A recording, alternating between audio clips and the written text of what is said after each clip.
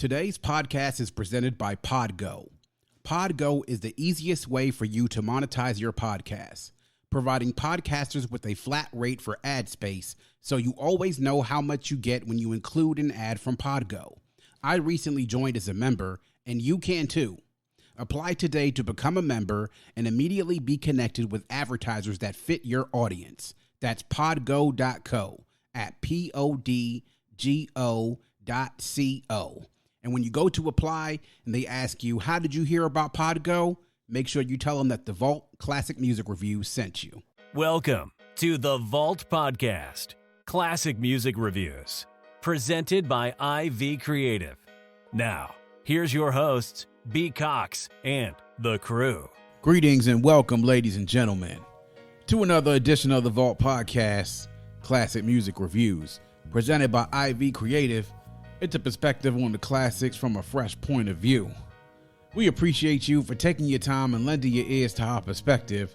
You could be anywhere listening to anything, but you're right here with us, so we thank you. With you today is yours truly, B. Cox, and with me I have my boy in the place to be. He is the creator and host of the Raw Sex Podcast, my boy Dominique Marks, aka Cousin Domo. And here, definitely have to give Domo a shout out for wasn't on with us the last time that we were on to do an episode of the Vault, but you know, we just passed the 1 year anniversary of Raw Sex Podcast. So again, props to Domo, props to Raw Sex and all the listeners out there. Thank you for all of your support over this last year. It means more than you know, and we definitely appreciate the support and all of the guests that have come on in the first year and all the feedback that you give Domo and myself on how well things have been going. So bro, it's been 1 year. We're going to keep it moving, man. So, yes, you know, sir. yeah. Yes, sir. We definitely thank y'all. And, you know, make sure y'all are checking that out. It's every Friday, usually Thursdays or Friday, and you can check the Raw Sex. Make sure you're following them at Raw Sex Podcast on IG and at Raw Sex Podcast 1 on Twitter as well. So make sure y'all check us out, man, and show some support to your boys. Of course, as we like to say, every episode here at The Vault, we like to take you back in time. And our motto here at The Vault is hashtag open the vault, hashtag nothing but the classics at NBTC. And of course, we want to give a shout out to all of our fans here at The Vault for showing us love. Of course, we passed our 1 year for quite some time. And we're excited about the rest of this year. And it's got a really ambitious schedule for the rest of this year leading up into next year, which will be massive. So thank you all again, everyone listening stateside and of course internationally, man. We appreciate all the support on social media. The numbers continue to be great, even on our new host, Red Circle. And Domo, today we take a trip back on down memory lane, going back 20 years ago. And of course, what we're looking at 20 years ago is looking at the duo of Talib Kweli and DJ Hi-Tek, Reflection Eternal, and their debut album, Train of Thought, which was released October 17th, 2000 on Raucous Records, 20 years ago. And this was one of the big and landmark releases on Raucous Records. You know, Raucous, everybody knows their catalog well. They had a very explosive but a very short run in the industry, and definitely served as a lane for people who were sort of not into the industry as far as commercial rap, that they really gave some sort of lane for those who were into underground rap that were really not tired of like the flashiness of the commercialism of like the mainstream hip hop. So this really was one of those projects that fit into that mold. Particulars about Reflection Eternal's Train of Thought. It was released on October 17th, 2000, was recorded in 99 and 2000. The studio recorded at the legendary Electric Lady Studio in New York City. Runtime of 65 minutes and 53 seconds. There were producers on here, Hi-Tek, Talib Kweli, and of course there was also production by the late great jazz musician Weldon Irvine, who lent his production chops on track number 8, African Dream, where was one of the more interesting tracks on this. To see his work, of course, with this just sort of lends also to some of the other voices and producers that were on this album as well. So to me, I thought this was a project that was well put together and planned, and it was also something that was a great follow-up to the great year that Raucous had in 1999, where they were just starting to really explode out there amongst the consciousness of those who were in the hip-hop community, but then really into those who were not, like into the underground hip-hop community, you know, in the coastal cities of New York and LA. Domo, here we are, Train of Thought by Kweli and Hi-Tek, Reflection Eternal. And, you know, this is something, you know the circles that we traveled in. We were big raucous heads in high school, you know, our lunch table crew. And the year before this came out, well, when we were in high school, we saw Kweli and Mos Def, Black Star, come out with their debut album. My last year in high school, we saw Mos Def come out with Black on Both Sides. We also saw Pharoah Monch's Internal Affairs come out as well. And this was in the year of 2000 after I'd already left school and you were in your last year at Bowie. But this was something that really, to me, during that transitional time where I think they kind of solidified themselves as a label where, you know, it was more than just being able to see that it was just Mos Def and then a lot of other underground artists that people didn't know. So, but your perspective on it, I mean, looking back then as far as what the album, how the album was, what you thought about it then, and then listening to this past week, what you thought about it now, 20 years later. First of all, you left me at Bowie High School. I did. The greener pastures. I did. The Morgan State. Mm-hmm. But I remember getting this album. And, of course, I was ready for it because, of course, like we say in other episodes, back then it was one of those hype albums in the source or wherever you read your hip-hop information from where, you know, we got to get the hype from the album. Like, hold on. Yeah.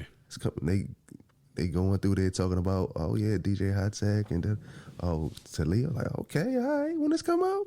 Yeah. And back then, they really didn't push albums back like that. They had a solid date. Yeah. So when you saw it in the magazine, it said October or it would say fourth quarter. Yeah. And you're like, all right, that don't come in fourth quarter. So when, and maybe another magazine to come out and you're like, oh, it's coming on this day. It's coming out on that day? All right.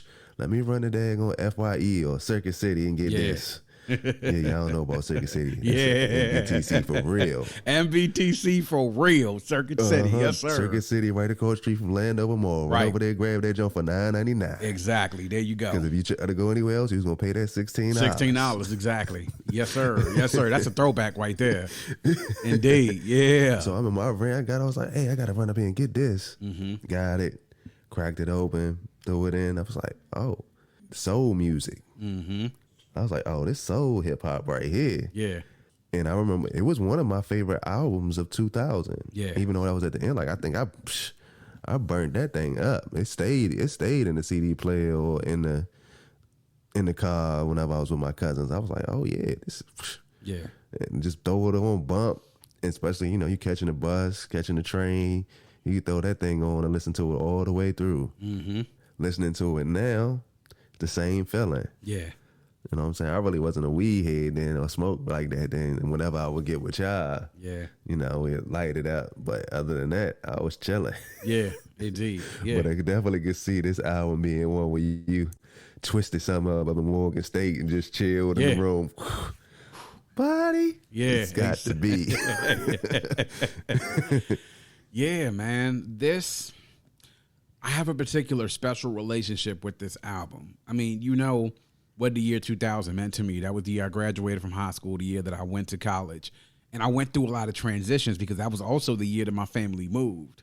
We moved from the neighborhood where I grew up in, and my neighborhood where I grew up in Mitchellville was the neighborhood that I pretty much went there when I started kindergarten and then stayed there until after I graduated. And then this really was at a point when I was in a transition point in my life, like personally. I had officially become an adult, though I really wasn't an adult, but I was grown, though, at that particular time, as we say, right? And I'm going to Morgan, and I'm really starting to adjust to life being away from home, even though I'm only an hour away, but it's still different. I'm living with somebody that's not related to me. I'm going to classes. Going across campus and seeing beautiful women, seeing different types of students. You have like the Afrocentric folks. You got the fashion people from all these different states, from New York and Jersey. You got the Baltimore folks. You got the international students. And it really was a time where things were starting to change. And then particularly the reason why I remember this album, because this was right around the time my family moved out of our home, the one that I grew up in. And then we moved and we were kind of like not really knowing where we were going to live next, but we had places to stay. To me, this was sort of like the soundtrack of that particular time of my life. And when we talk about as far as like the feeling that I got from this album, first of all, I love Kweli and Hi-Tek, but I love Kweli and Mos Def. And then the comparing with bringing Hi-Tek to do production on the Mos Def and Kweli Are Black Star album, which was incredible. Then to be able to hear also what Mos Def did with his solo album with Black on Both Sides, this was like sort of like the completion of the trilogy of like the triumvirate of Mos Def, Kweli, and Hi-Tek. Listening to this, like you said, it's soul hip hop. Like really, it makes you feel a certain type of way. Like we talk about the way that the music makes you feel. This is like the Hi-Tek production behind Kweli's lyrics and the guest spots that are on here. The soulful way that you hear, like the way that the album pumps, the bass lines on here are ridiculous. Like the way that Hi-Tek did the bass lines on these. Just it being really creative, really thoughtful. And this came at a time, like you said, this was perfect for me being in college because the subject matters was everything that I was getting ready to learn being on a historically black college campus. The type of subject matter that I would hear over and over again from Kweli. So it was almost like an orientation to what black college life would be like for me, listening to this album. And it was soulful, it was thoughtful, and it cranked too, because it had its moments. This album had moments where it would take you to consciousness. It would definitely take you at times where there was lyrical battles, and then it would definitely take you to some time of reflection. You know, so it's reflection eternal. Exactly. And there's a lot of this album to me, to like I said, takes me on a variety of different emotions. That's sort of like the same way like Water for Chocolate did for me with Common's album earlier this year. So to me, listening back then, I loved it. As a matter of fact, when you said favorite album of the 2000s, absolutely. This is on my list in my top 5. I mean, it might be in my top 3 actually. And then now listening to it this week, I like immediately went back to that time frame. And I said this in an interview with somebody, is that you can tell that music's great when it takes you back to the time that when you first heard it or when it was fresh inside of your consciousness. And that's exactly what it did this past week. And so as soon as you put the album there, it's the first thing that came into my boom, boom, boom, boom. Yeah. Boom, boom, boom, boom. Yeah. Like, Yeah. So my girl was like, she was like, hey, you listen to the album before? I said, oh, this was my shit. I don't really got it. I said, I could skim through it for real. I said, I might have listened to it for real before, probably about 2 years ago was the last time I listened to it. I normally try to get to it once a year. You know, certain classics you try to listen to like once a year. And, you know, when you get to it, you might bump it for like a good week or 2 weeks straight, and then you get up off of it. Yeah. So when you said, I said, dang, I was just thinking about that album probably like about a month ago. Yeah. And I was like, dang. There you go. Yeah, and it's crazy like how this album is put together. All of the songs produced by Hi-Tek, of course, Weldon Irvine as well was on here that did some production. Kweli did some production on this as well. But the guest spots on here, first of all, hilarious ass guest spots by Dave Chappelle on here in 2 instances. When he did that in the beginning, I was like, yo, that can't really be like, when I first heard it, I was like, that can't really be Nelson Mandela, right? You know what? I can't even lie. When we was in the 2000, I thought that was Nelson Mandela. 2000, I thought that was Nelson Mandela. Yeah. Man. But that was Dave Chappelle, who also did a impersonation, which was his early impersonation of Rick James on the track "Touch You." But then, as far as like other skit guest spots, there was an appearance by the late great Gil Scott-Heron after the blast. There was also a guest spot by, at that time, was heavyweight champion of the world Lennox Lewis, which was a surprise as well. But here you get guest spots from the great Vinny Mojica, who did great things with Black Star, and the wonderful R&B and soul vocalist who was so underrated. You also had guest appearances by Res, guest appearances by Rod Digger, Exhibit, Cool G Rap, Kendra Ross, Les Nubians, De La Soul, Super Dave West, and Pia Can. Like, there were... That was the one thing. The one thing about the features fitted the album. Absolutely. They did. And they didn't go like to where, you know, we grab some features just because it's a hot name. Yeah. They put on there to sell records like they be doing now. You be like, why dude on that album? Why he on this album? Like, he don't even fit this jump right here. No homo. Right. Nah. But but you know, every guest spot, you're like, oh yeah, this definitely. Back then, you really even pay attention to that. We didn't even know no better why, you know, they put Bama's on the track. I'm like, oh, okay, he on here. Yeah. Oh, he did good on it. But now as we matured in music and in hip hop, you know that sometimes they put Bammers on the track and be like, yo, he don't even fit this jump. But just because it's the streaming era, you stream well. Stream well, yeah. Nah. So on these jumps right here, perfect features. Yeah, the features fit. It fit with the theme of the album. Like, it wasn't like, okay, even with Rob Digger and Exhibit being on there, the song that they were on fit the reason why they needed to be on there. Like, it was like, yo, I could definitely see why Rob Digger and Exhibit are on this track.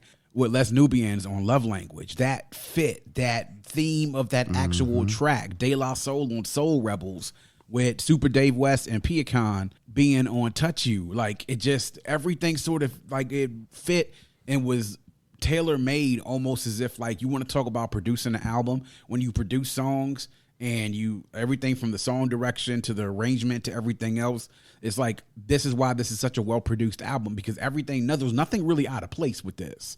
Everything was sort of had its own place.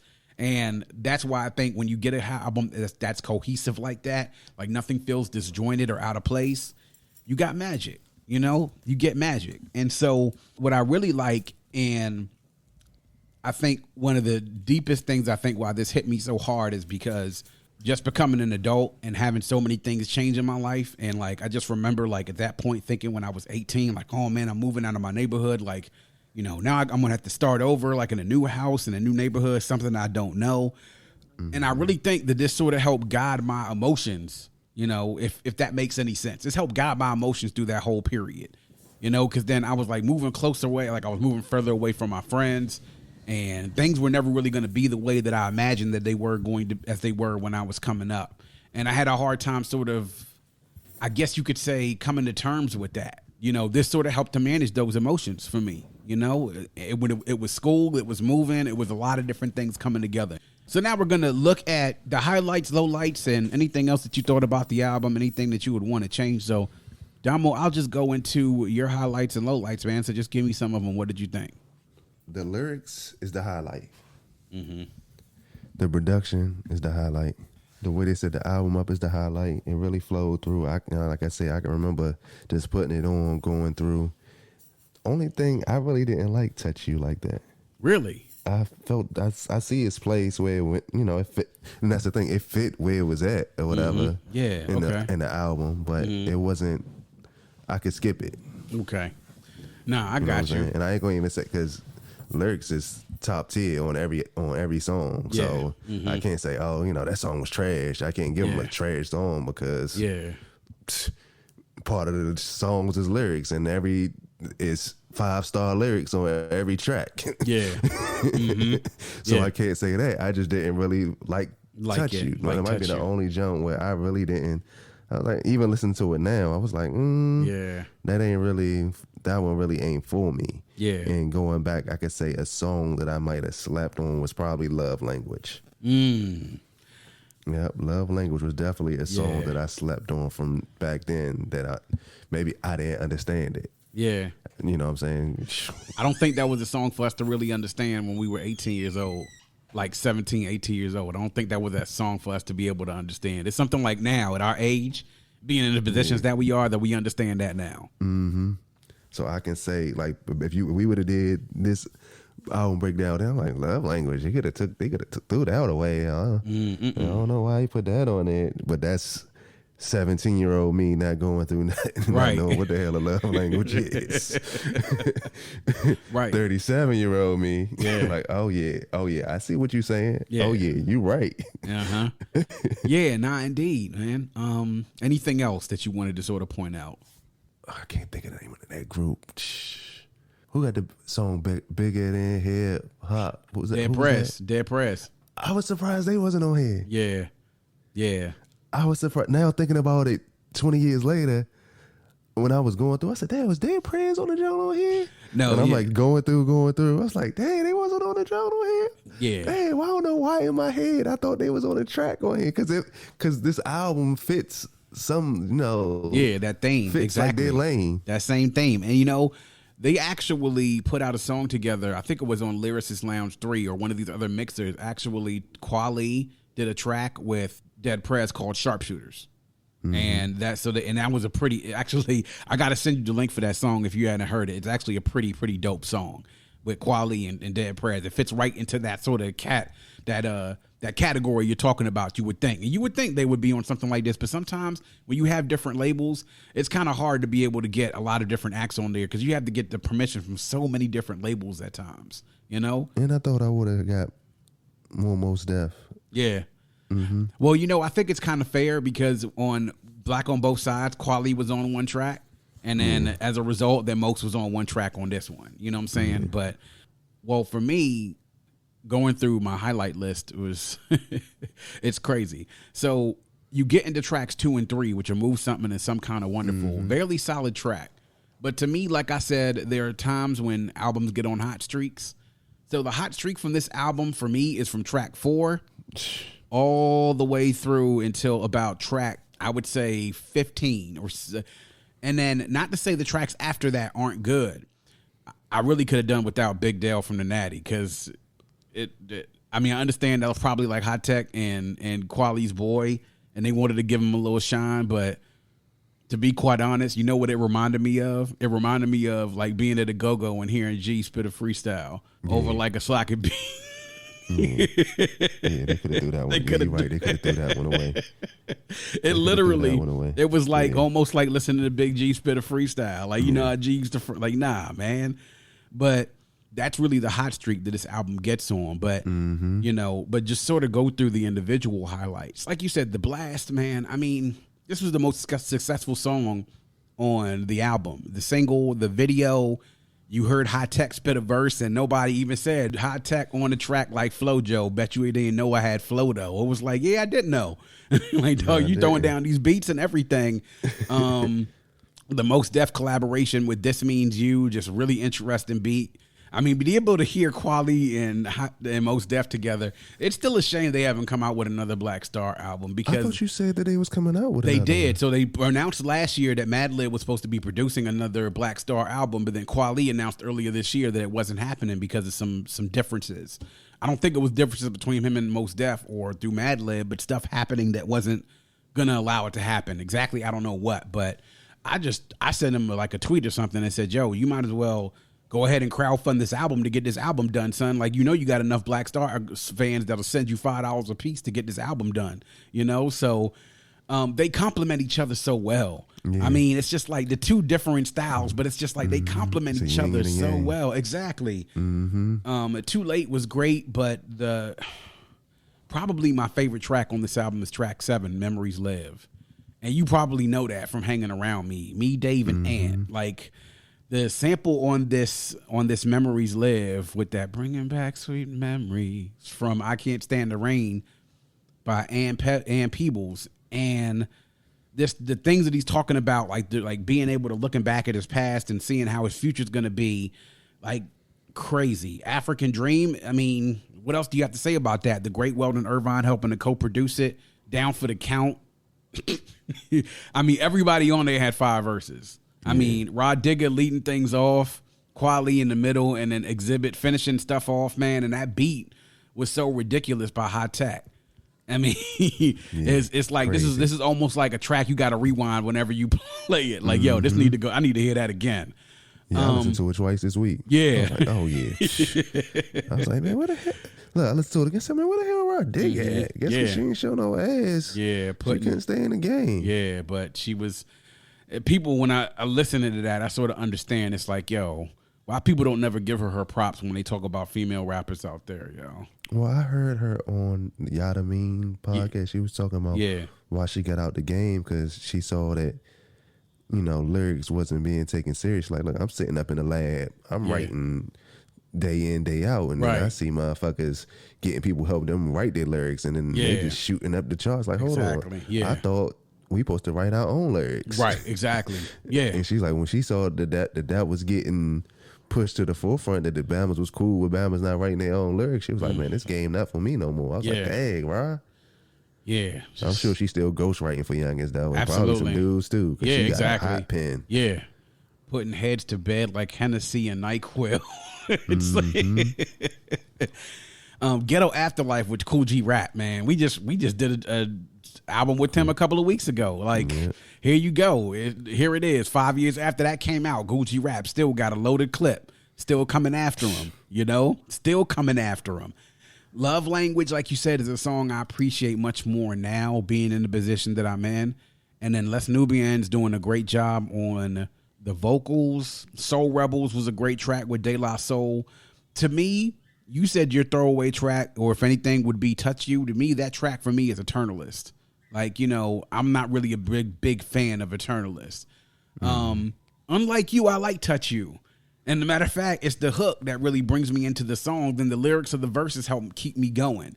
So I actually think, if anything, it's a nice little catchy track. It's not the best track on here, but I definitely listen to it a lot. Good Morning is a track. That's one of my favorite genres. Yeah. That's one of my favorite tracks on here. Good Morning. Back then and now. Yeah, like, I mean, it's a heavy track, man. Like, when you listen to now, that's still my favorite. Like, that, matter of fact, that's the first joint I went to. I didn't even start at the top of the of the hour. I went straight to that jump. I was like, boop, yeah, I gotta hear this. I gotta feed my soul on this real quick. Yeah. It's a heavy track, man. It's from the beat to the subject matter, it's just like, wow, man. I remember listening to it, and I remember I would get, like, whenever I listened to this track, I would, like, have it with me, and I would have my Discman with me. I would go to class in the morning. I had an 8 o'clock class, an English class, and I remember listening to this. It was starting to get cold. Whenever I listened to this track, I just started thinking about, like, cold, gray days, getting up, having to walk to class, and, like, having that just feeling of, like, the world being cold. Like, that's the feeling that I got from it. Yeah, it's a heavy track. And then the very last track on here, the track that from the concept of Four Women by Nina Simone, which Kweli did I mean, just the way to be able to tell these stories of these women that were in this song, it was, bruh. Yeah. I mean, so not a lot of low. I don't have any low. The only low light on here I have is Big Dale from the Natty. That's it. Because I could have done without that. They could have taken that out and I wouldn't have missed it. Because I don't even know who Big Dale is. I haven't heard a project from him. If he has a project out and somebody out there in social media knows it, tweet it to me so I can listen to it. Because I don't know where he went. Terrible. I told you reminded me like Big G freestyling on a pocket beat, opening up a backyard show. Remind me of like the way the Bammers used to freestyle back in high school. You know what I'm saying? Like the trash Bammers, not the good ones. But the beats on here are crazy. The bass lines on here are ridiculous. Like I remember playing this in my car and I had my volume up all the way up. And I think it was when the blast came on and you just hear that doom, doom, doom, doom, doom, doom. Like it just, I was like, woo. Okay, I said, let me turn this down a little bit for these motherfuckers start thinking I'm ratchet or something. Like for real. But that the bass lines on here are crazy. To me, when it comes to Hi-Tek and producing, bro, it's wow. I'm surprised he's not used more. Yeah, but you know what? I think that what happened is that as the years went on, there were so many other producers that were doing what he was doing and sampling. People like Kanye started to emerge. You started to hear more from Dilla. You started to see more from Alchemist.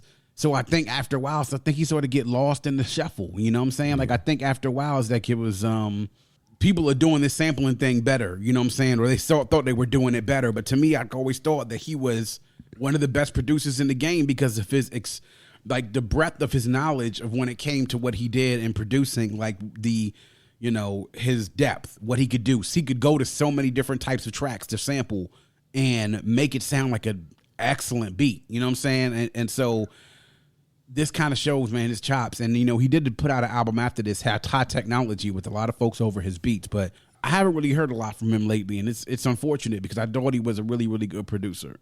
So now we're going to get into notable quotables. So I want to hear what it is that you have for yours. Do you have a notable quotable for us? So many on here. Yeah. It's hard to choose just one. Mm-hmm. But of course, like I said, it was one of my favorite songs. I had to go to Good Morning. Mm-hmm. I'm probably on some government list for my rhyme, and you a fool if you don't think they already tapped your line. Medicine is big business, so my remedies is herbal. It's music for the people, so we've reflection eternal. Listen, you hear the difference between science and science fiction. We blow it out like if you leave on every appliance in the kitchen. At once, still rolling kind bud and Cuban blunts on the corner and watching how kids come into Brooklyn for their fronts. Niggas run past what they need, chasing after what they want. Fucking chumps. Yeah. You walk down the street and get jumped. Brooklyn cats like the bubble out of town, no looking back. When you're a ghetto chef, you master the art of cooking crack. Yep. Some get caught sleeping on the mother city, so when they go, they come back as tales of niggas we used to know. Come back as tales of niggas we used to know. Yo, it's like you seeing the future. Yeah. You know what I'm saying? Yeah. That's in this big business. So I go, I'm like, oh yeah, nigga, this young like 20 years ahead of his time. Niggas going to Brooklyn to get their fronts, man. That's just showed exactly how, like, if you talk to people in Brooklyn, how Brooklyn changed. And it was just like the change started with people coming in to get the newest swag and get all the stuff that we have because they wanted to be like us. Then they moved in and took over our cities, you know? So, yeah. My notable quotable comes from Memories Live, of course, my favorite joint on there. And it's the second verse. Like thoughts out the back of my mind, going back in some time, like when you used to cut and had to go to the back of the line. Look back and you find tracks to make you relax and recline. Now cats rapping about packing the nine when they lacking divine inspiration.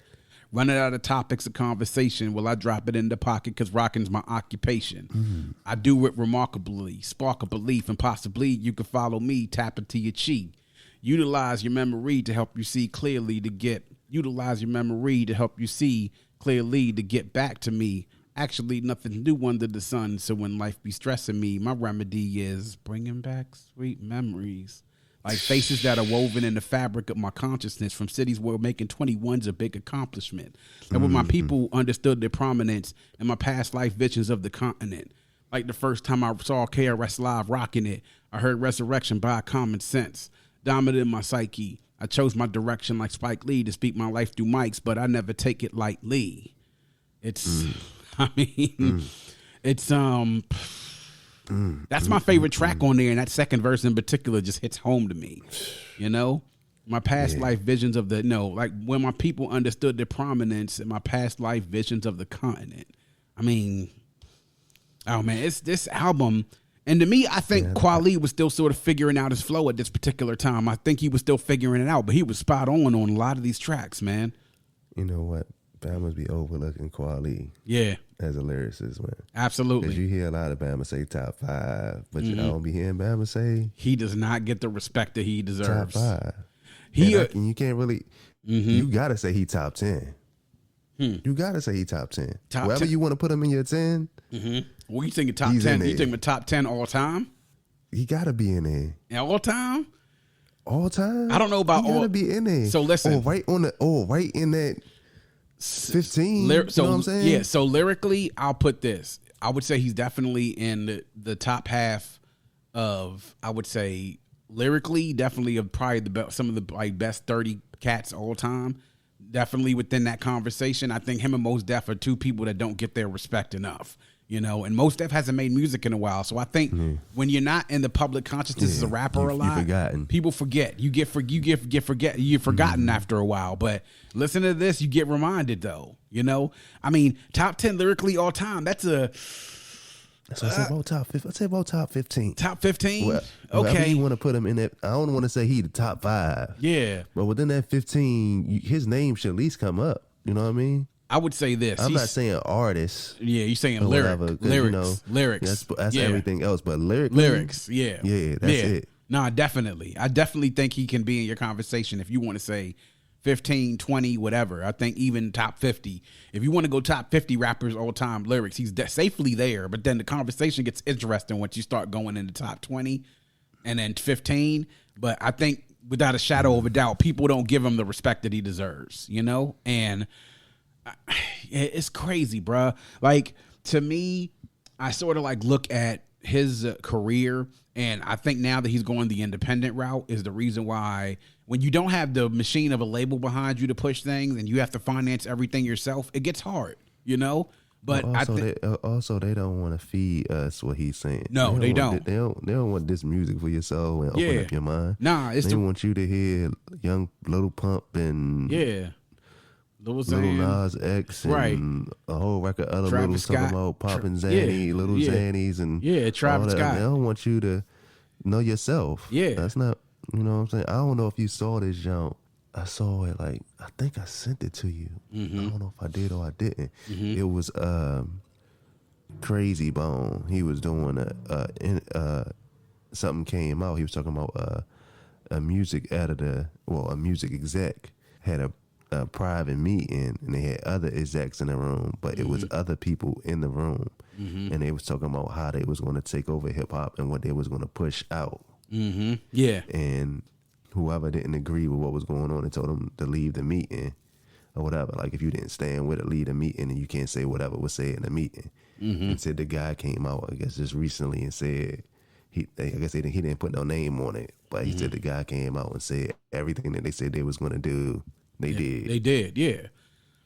Man, it's the same reason why they want to push you to McDonald's and Burger King and Popeyes and Arby's, and not want to, reason why there's not a Whole Foods, a Trader Joe's, the fresh food markets everywhere. They don't want you to consume good food that'll make you well. They want to get you stuff that'll eventually get you sick so they can make money off of you. So I mean, you're right. But Kweli, when you said, like, when you're doing things and you're independent, like the way that he is, and of course he has the People's Party podcast that he does now too.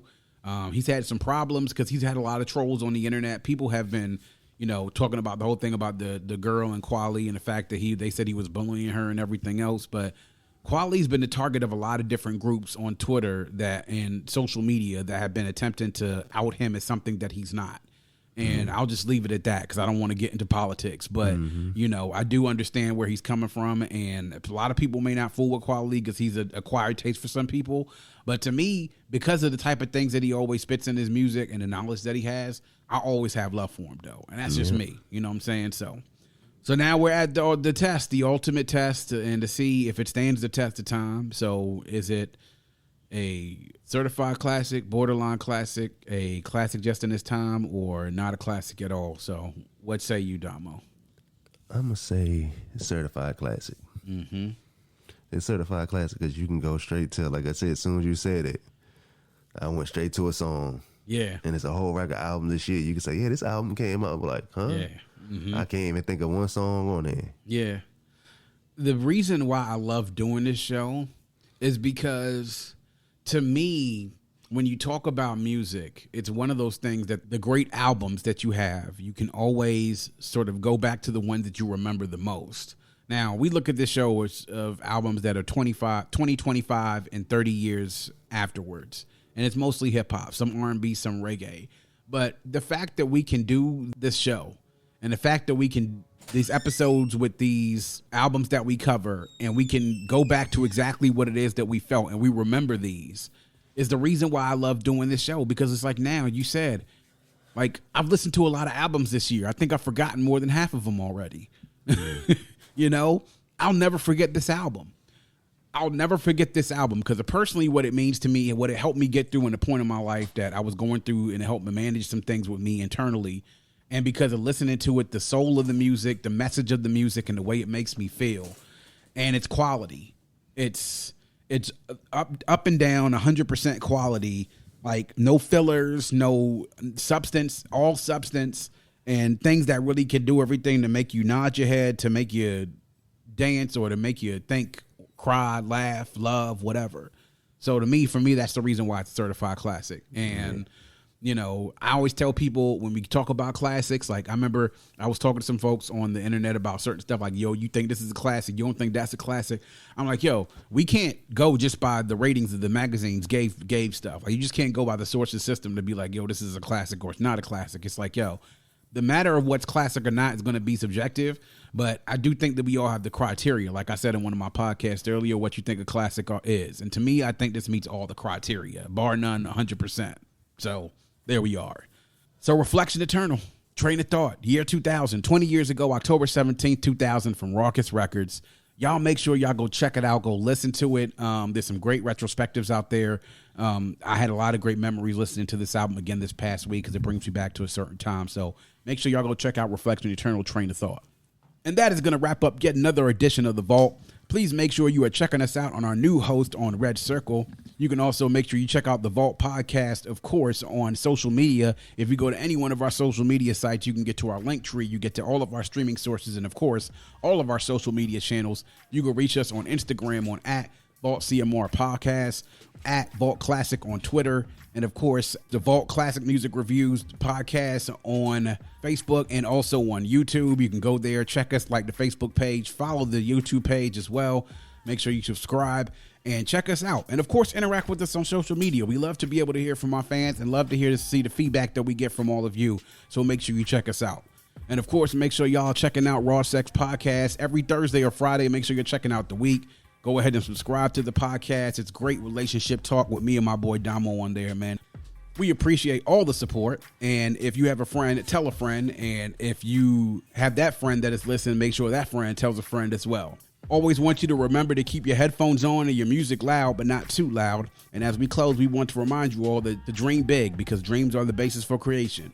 Always create, motivate, and elevate, because you were never destined or created to stay stationary in this life. And on that note, we say peace. Thank you for listening and coming into The Vault. Please subscribe and follow us on Facebook at IV Creative and Instagram at IVECRE8.